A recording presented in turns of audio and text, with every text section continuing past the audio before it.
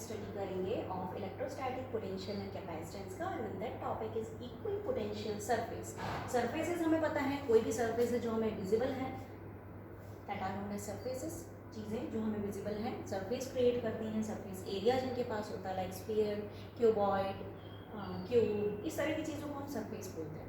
अब इन सरफेसेस के ऊपर इक्विपोटेंशियल क्या चीज़ है? इक्विपोटेंशियल का मतलब होता है, ये दो वर्ड से बना हुआ है, इक्वल प्लस पोटेंशियल। तो जिन सरफेसेस के ऊपर पोटेंशियल बराबर होता है उसको हम बोलते हैं equipotential surface. So from this definition that I have written, any surface that has same potential at every point on it is called equipotential surface। एक ऐसी सरफेस जहाँ पर हर पॉइंट पर जो पोटेंशियल होता है वो सेम होता है, that is known as equipotential surface. Suppose हम एक सरफेस कंसिडर कर रहे हैं, दिस इज सम सरफेस। इस पर हम पॉइंट्स कुछ कंसिडर कर लेते हैं, this point is a, another point हमने बी ले लिया। तो पॉइंट ए के ऊपर जो पोटेंशियल है, suppose let's consider V A, and point B के ऊपर जो पोटेंशियल है, let's consider V B.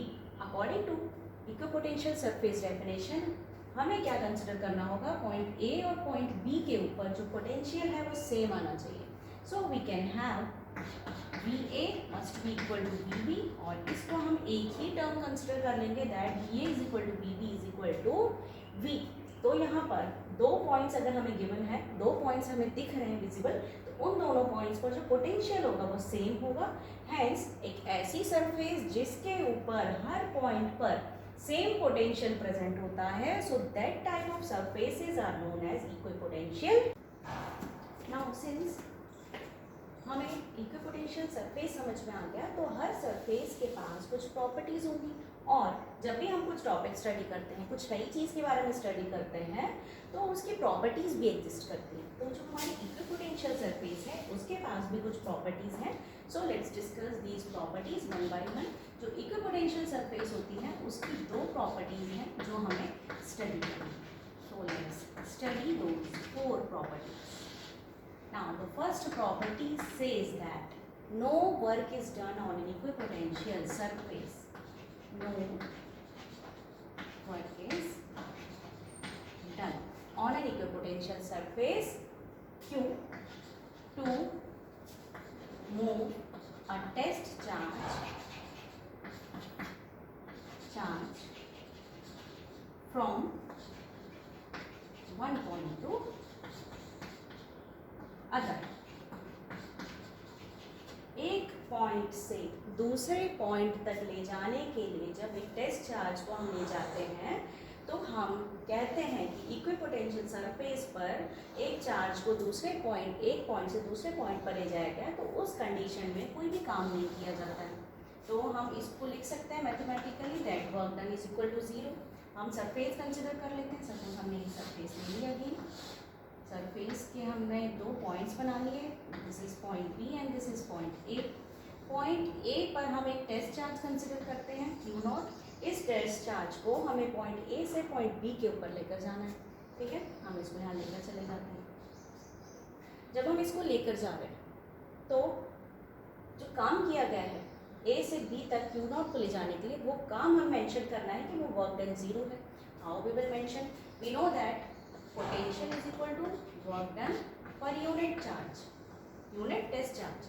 Potential का मतलब होता है क्यू नॉट को एक पॉइंट से दूसरे पॉइंट तक जब लेकर जाएंगे तो जो काम किया जाता है, that whole thing is known as potential. तो इसी चीज़ को हम यूटिलाइज कर लेते हैं। Work done is equal to V into Q naught. हमने फॉर्मूला रीअरेंज कर लिया। नाउ पोटेंशियल क्या होगा यहाँ पर? हमें पता है पॉइंट ए के ऊपर जो पोटेंशियल है और पॉइंट बी के ऊपर जो पोटेंशियल है वो बराबर होगा। Y? Because this is an equipotential surface, so work done is equal to VB minus VA multiplied by the charge that is moving।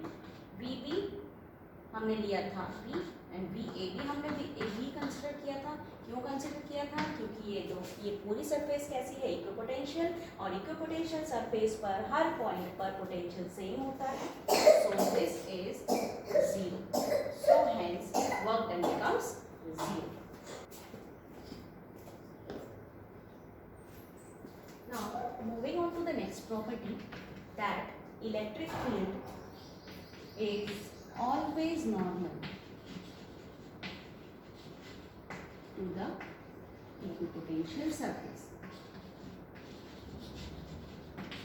Potential surface, जो इक्विपोटेंशियल सरफेस हम स्टडी कर रहे हैं, इक्विपोटेंशियल सरफेस पर जब भी कोई भी पॉइंट हम कंसिडर करें, उस पॉइंट पर जो इलेक्ट्रिक फील्ड होगा वो ऑलवेज परपेंडिकुलर होगा। अगर हम इस सरफेस को कंसिडर कर रहे हैं, इस सरफेस से बल्जिंग आउट हमें ऊपर दिख रही है, तो यहाँ पर होगा इलेक्ट्रिक फील्ड। और मेरा हैंड अगर एक इक्विपोटेंशियल सरफेस है तो एक पॉइंट मैंने कंसिडर किया और इलेक्ट्रिक फील्ड की डायरेक्शन परपेंडिकुलर होगी, ठीक है, सरफेस के परपेंडिकुलर होगी। अब हम उसको कैसे कंसिडर करेंगे, ये प्रॉपर्टी फॉलो करनी चाहिए इस प्रॉपर्टी को। क्या है इस प्रॉपर्टी का कॉन्सेप्ट, कि वर्क डन जीरो होना चाहिए। तो एक इक्विपोटेंशियल सरफेस पे वर्क डन कब जीरो होगा, we know that the formula for work done is equal to force vector multiplied by displacement vector. Force कहाँ से मिलेगी, उसी इलेक्ट्रिक फील्ड की वजह से मिलेगी, या इलेक्ट्रोस्टैटिक फोर्स है वो एक चार्ज की वजह से प्रेजेंट है। तो इसके वेक्टर्स अगर हम हटाते हैं तो we get F D X cos theta. Why cos theta, because work is a scalar quantity. Fine, now force और डी एक्स के बीच में जो एंगल बनता है, उस एंगल को हमें इंपॉर्टेंस देनी पड़ेगी, ठीक है। तो ये थीटा की वैल्यू अगर जीरो होती है तो क्या होगा, we know that cos theta equal to cos zero is equal to 1, तो ये वैल्यू हो जाएगी 1। सो हमारे पास वर्क डन आ जाएगा एफ डी एक्स, कोई एक वैल्यू आएगी, लेकिन हमें वर्क डन को पोटेंशियल पर क्या निकालना है, जीरो निकालना है, ठीक है। अगर इसकी वैल्यू होती है 30 degree, and what is cos 30 degree, under root 3/2, तो ये जो वर्क डन हो जाएगा वो क्या हो जाएगा, under root 3/2 F D X. अगर ये 60 डिग्री वैल्यू होती है तो क्या हो जाएगा 1/2, तो that work becomes F D x by 2। इस तरह से अगर वैल्यूज थीटा की अलग अलग दी जाएगी तो वर्क डन की कुछ नंबर में या डेसिमल में वैल्यू आएगी, बट हमें ऐसा नहीं चाहिए। हमें क्या चाहिए, that work done must always be equal to zero for an equipotential surface. तो इसको जीरो बनाने के लिए हम क्या करेंगे, जो थीटा है उसकी वैल्यू इस तरह से सजेस्ट करेंगे और पुट करेंगे, ये वैल्यू जीरो आ जाए। कॉस थीटा की वैल्यू जीरो आती है at 90 degree, so work done is equal to F D X cos 90 degree, and cos 90 is equal to 0, then whole value becomes 0 and hence work done is equal to 0। तो ये prove करता है कि जो electric field है वो always perpendicular होना चाहिए electric potential surface. Fine, so this was the second property. Now we will move on to the third property. Third property के लिए थोड़ा सा डायग्राम की नॉलेज होना ज़रूरी है, तो हम कंसिडर कर लेते हैं एक पॉजिटिव चार्ज, एक नेगेटिव चार्ज। पॉजिटिव से नेगेटिव की तरफ इलेक्ट्रिक फील्ड लाइन्स जा रही हैं, इस तरह से हमें इलेक्ट्रिक फील्ड लाइन शो हो रही जाती हुई। नेगेटिव में इलेक्ट्रिक फील्ड लाइन्स एंटर करती हैं एंड पॉजिटिव से इलेक्ट्रिक फील्ड लाइन एग्जिट करती है, ठीक है। अब पॉजिटिव की वजह से जो इक्विपोटेंशियल सरफेस क्रिएट होगी वो कैसी होगी, इस तरह से बनेगी, थोड़ा सा इलेक्ट्रिकल बनती है ये, यहाँ पर भी थोड़ा सा, यहाँ क्लोज और यहाँ पर इसके पास। This is the diagram for equipotential surfaces for two unequal equal and opposite charges, ठीक है। एक पॉजिटिव है एक नेगेटिव है। यहाँ पर ये जो स्फीयर्स मैंने बनाए हैं, ये स्फीयर्स हमें शो कर रहे हैं कि ये एक इक्विपोटेंशियल सरफेस है, किसकी वजह से, एक पॉजिटिव और एक नेगेटिव चार्ज की वजह से। अब यहाँ हमें ये वाला जो पोर्शन दिख रहा है, इस पोर्शन में इक्विपोटेंशियल सरफेस क्राउडेड है। ये जो पोर्शन हमें दिख रहा है इक्विपोटेंशियल सरफेस का, यहाँ पर ये अलग अलग है या दूर दूर है।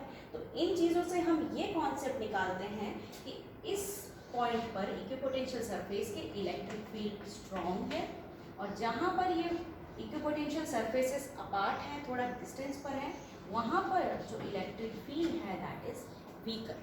इसको किस तरह से हम मैथमेटिकली सॉल्व करेंगे, let's see. We know that the property for electric field and potential is formula is minus dV/dr। तो यहाँ पर डिस्टेंस और इलेक्ट्रिक फील्ड के बीच में रिलेशन क्या बनता है, is inversely proportional to dr। जितना हम डिस्टेंस दूर रखेंगे, या दो इक्विपोटेंशियल सरफेसेस अगर दूर हैं एक दूसरे से, तो ये दूर है मतलब ये डिस्टेंस कैसा हो गया, ज़्यादा डिस्टेंस होगा तो इलेक्ट्रिक फील्ड कैसा होगा, वीक होगा। अगर ये इक्विपोटेंशियल सरफेसेस क्राउडेड है, एक दूसरे के पास है मतलब ये डिस्टेंस कैसा होगा, कम होगा। और जब ये डिस्टेंस कम होगा तो इलेक्ट्रिक फील्ड होगा ज़्यादा, ठीक है, स्ट्रॉन्गर इलेक्ट्रिक फील्ड क्रिएट होगा उस पॉइंट पे। So now we will study the fourth property. No two equipotential surfaces can intersect each other. कोई भी दो इक्विपोटेंशियल सरफेसेस होंगे वो कभी भी एक दूसरे को इंटरसेक्ट नहीं करेंगे। सपोज वो इक्विपोटेंशियल सरफेस है यहाँ पर, वो जब एक दूसरे को इंटरसेक्ट करेंगे तो इस तरह से दो पॉइंट पे इंटरसेक्शन हो सकता है।